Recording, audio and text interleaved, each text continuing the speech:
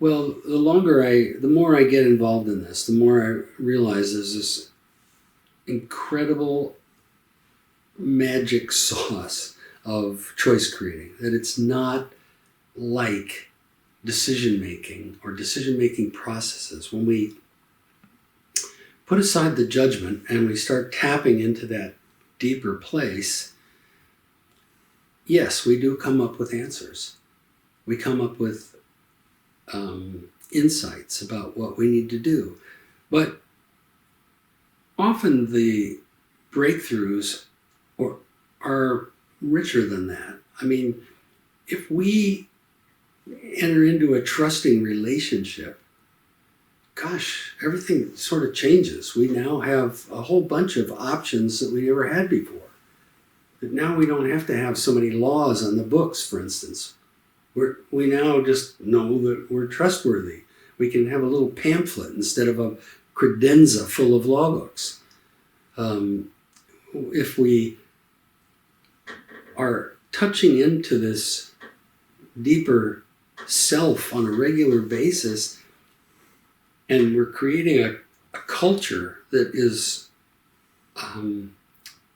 more empowered and more open and more celebrating diversity, well, I become a different person.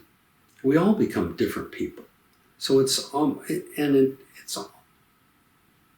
almost like not only am I a different person, but it's almost like there's a different species on the planet. One, for instance, is we the people. That all of us come together, maybe like cells coming together in an organ, or that there's a new management principle in place. So even if we don't come up with the answer, we're starting to come up with a shared vision, for instance, of what we all want together. And that's an entirely different management system than what we're used to. The media, for instance, is currently wandering around looking for something weird that they're going to publicize. And if you find really weird stuff, then you get more readers and make more money. But if we all have a shared vision and we make a step toward that vision that is new that people didn't know about, well, heck, now the media has something to cover that we're all interested in that's positive instead of negative. So we're in many ways, we're creating a new person, a new entity of we, a new culture, a new mythology of how we're all powerful and how there's this heroic journey that we're on together. It's a new system. It's a new management system. We now, in the United States anyway, we have the Constitution is the ultimate authority. And we wave our arms about the people, but actually they're at the bottom of the food chain. But if there really was a we the people, then, and this we the people was really a conversation that we were all felt a part of, well, now we have and we provided responsible direction to governments and restructured governments to be more commonsensical today, not so based on competition, for instance, not so based on, gee, what did the founders think 230 years ago? We have a new system of government. You might even call it democracy. It's a different kind of democracy. So there are new solutions that can emerge, but there's a whole raft of possibilities and of transformational change that is there so that solutions become easier, that we become more in relationship, more trusting, and that makes life easier. We don't have divisions. We don't have natural institutional racism or prejudice when we do if we cut away the minority view and the minority person. That's our current system.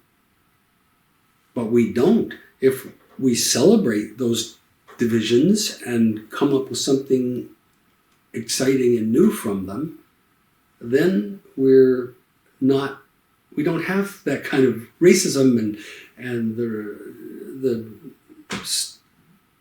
adversarial adversarial politics. They're not there anymore. Naturally, these kinds of the changes go so deep from a simple change, structural change to our system. We can elicit this quality of thinking, choice creating at the whole system level. We don't even need to teach everybody this way of thinking. It's there, it's natural. We just need to facilitate it to come out. And if you and I can do that, the implications are over the top. You name the problem, and we can see how it would transform that issue without even coming up with a specific answer.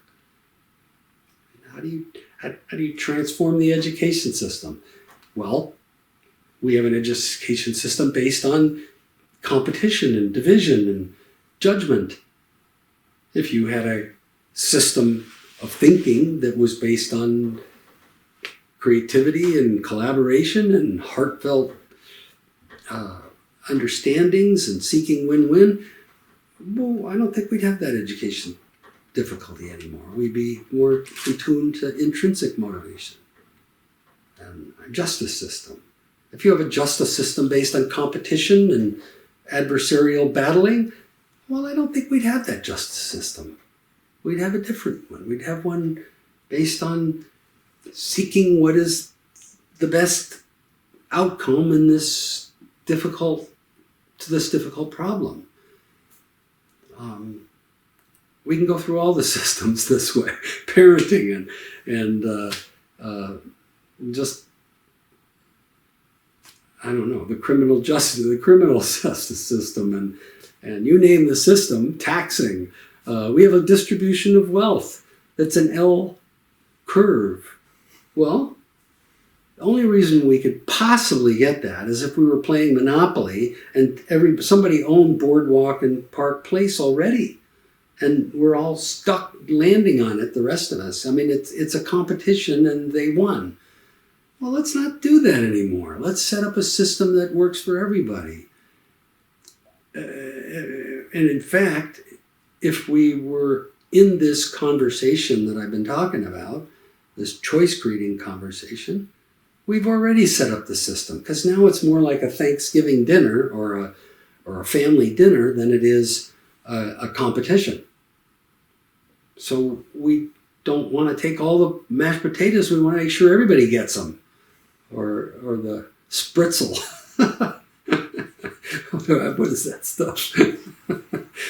But anyway, I believe that the more I look into this choice creating and the fact that you and I can reliably facilitate it, and the fact that you and I can reliably facilitate it maybe on the very large scale, gosh, everything can change.